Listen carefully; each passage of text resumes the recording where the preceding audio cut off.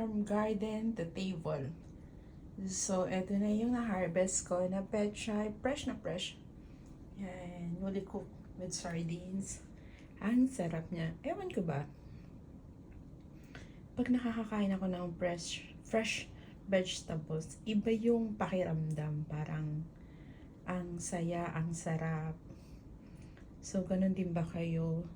Kasi lumaki ako sa bukid na fresh yung vegetables na kinakain. And here, ito organic talaga. Wala siyang fertilizer, wala siyang pesticides. And hindi ako bumili ng pechay na as in seeds na tinanim sa sa lupa, sa soil. And then unlike dun sa ibang garden talaga bumibili pa sila talaga ng mga yung na buhay na tapos tatanim nila. Ito talaga tinanim namin to ni Ken na as in seeds lang. And then I'm so happy. Let's eat. Bon appetit.